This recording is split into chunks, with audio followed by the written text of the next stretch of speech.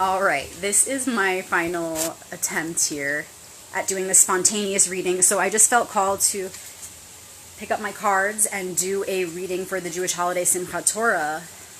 So we just finished reading the Torah, and it's time to start it again with Bereshit. In the beginning, there was the Word. So I love the way that the rabbi described it last night, as though there is a chain, a link there that can't be broken. It's like we're ending and starting the new beginning, but we don't stop at all in between. There's no rest. We just keep going. To every ending, there's a new beginning. It's just like a chain. We don't want to break the chain. So for Simchat Torah, for this special holiday, I wanted to do a reading for the collective, because I believe that this holiday is not just for Jews. I believe that all of these high holy days hold Kabbalistic keys for anyone and everyone who wishes to extract them. So with Simchat Torah, what is the lesson there for the collective? For Simchat Torah, it's all about ending the Torah and starting again. But what are we really celebrating? We're celebrating cycles, the cycle of life. That with every ending comes a new beginning. It represents our connection. We're all interconnected. Everything is interconnected. It represents unity. All of these high holy days are representative of this ultimate truth of unity. In the end, all branches of knowledge, when traced down to the roots, come down to one root, that is the truth, that we are one. And so all of these old holy day rituals reflect that truth in such a powerful way.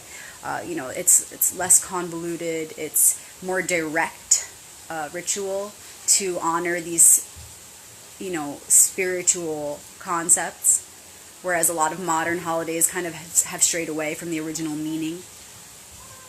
So this is why I really love these Jewish high holy days. It's really special, really clear reflections, these holidays, of the truth that we are all a part of, that we are all one in. So, for us, the Simchat Torah holiday, holy day for everyone, can represent this ending and new beginning, and the chain and the circle of life, all interconnected, never separated, never separate. We end to begin again. So let's do a little reading here. I'm just going to do a quick one for the holiday. For the collective. What do you want to tell us? What do you want to tell us? O faces of the One. What are we currently experiencing as far as this holy day theme of Simchat Torah? What are we experiencing as a collective? What did we maybe just come out of? What are we facing right now? What's ahead? What should we remember? So it looks like this. Not very fancy here, you guys. Thanks for bearing with me in my humble home here. Okay, let's flip them over. We already have a king, a knight, a hanged man, the devil. Okay, so we have 2 major arcanas, 2 royals, and a 6 of pentacles. Very interesting. Check it out, so you can see.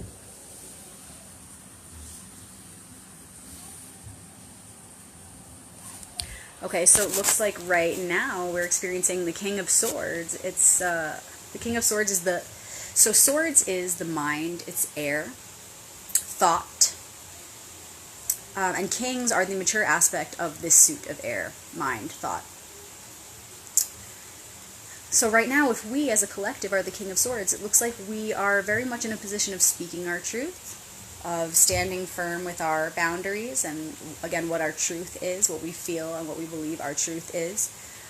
Very much acting from this place, really in alignment with our individual truth and ideas about who we are and what our reality is. We're really getting in alignment with that. We're really owning it right now. And I've been feeling that, actually. I was really thinking about this earlier today. In fact, I was even writing about it. I do feel like a lot of us can resonate with, look at the art, with the King of Swords. Sword of truth in hand, cutting through the BS. We just went through some lessons of giving and receiving. This is Six of Pentacles. It's about giving and receiving in right balance. True abundance is not only money, it's not just even in the physical world. Those things are only when we're abundant with money and we're abundant with riches of the physical world, that is only one reflection that at the root we're understanding what true abundance is. We can't have a sustainable wealth if we don't understand where true abundance comes from, if we don't understand that abundance is our birthright, that this is a limitless reality and we are creators within this field. And so we can only manifest true wealth in all dimensions when we know this about the root of our being as a part of our truth. That's what will make that wealth sustainable in any and all dimensions. So we just went through some lessons about this, about giving and receiving. A lot of it was very physical, maybe learning how to redistribute energies in our physical reality, in our day-to-day reality, maybe about how much am I giving, how open am I to receiving. We just went through a lot of these lessons, and that's what brought us to this King of Swords, really got to know our boundaries and how we want to give and receive, and now we're standing by our truth and implementing that. Maybe not by action yet, because this is not the suit of fire yet, but it is air, so we are reprogramming our minds. We are reprogramming our truth, what we feel it to be. We're reevaluating how we want to give and receive, what our values are, and we are creating programs within our minds so that we can then manifest putting all of these new ideas into action, therefore leading to the creation of a manifestation, a reality that is in reflection of this reprogramming we're doing right now. And interestingly enough, the future is the Knight of Wands. It's actually the Fire of Fire card. So it looks like we're headed into that stage. Give me one moment, you guys, because my son is in the shower. He's calling me.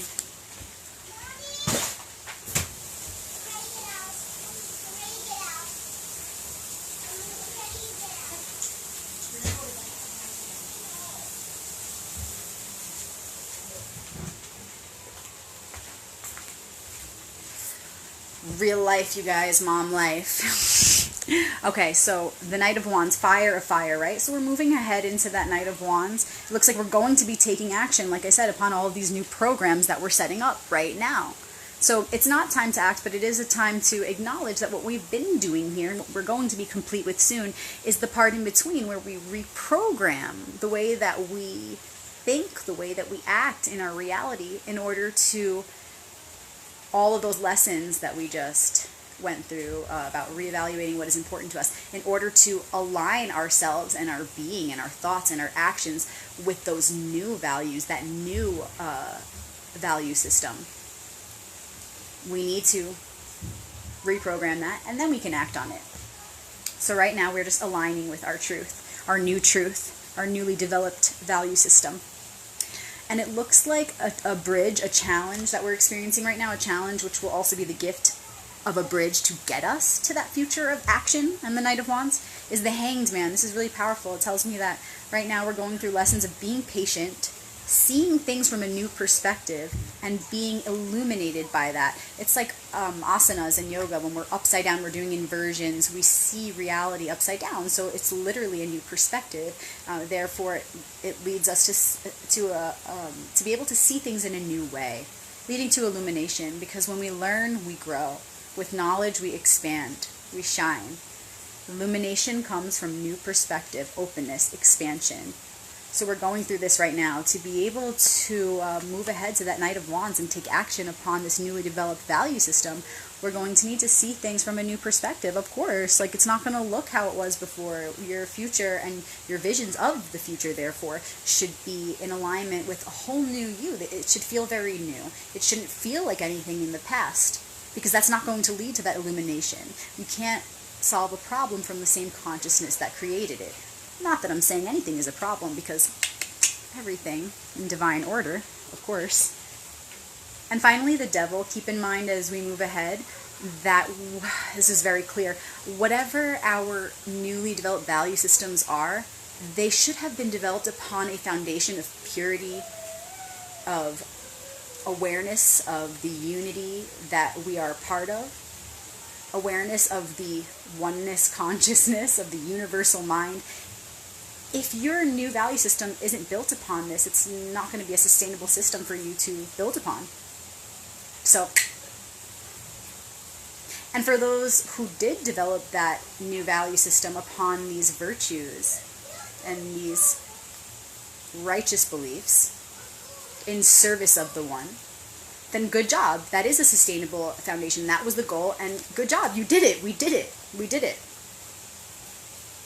But don't forget as we move ahead, seeing things from a new perspective, but maintaining that purity at heart, maintaining our original intentions and our vision, so that we don't get lost in materialism, so that we don't go, so that we're not led astray, so that we stay aligned with that high heart. Oh, there you are. Not letting this materialistic, devil, so to say, or this antichrist, which is really anything that's just not aligned with nature, not letting that lead you astray.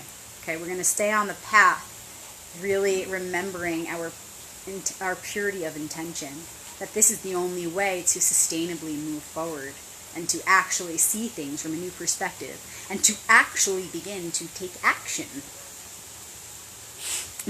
Thanks for bearing with me for that rush, you guys. I'm going to get my son out of the shower now. So that's what it's like, being a mom. I gotta squeeze these in. When Spirit says act, I'm like, okay, I'm going to do this right now at the funniest moment, and you just do it.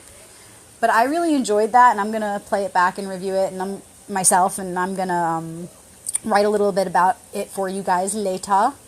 And I hope this resonated with you. Please feel free to share your thoughts. It's good to connect and relate and let each other know that we're all in it together. Many blessings, you guys. Peace.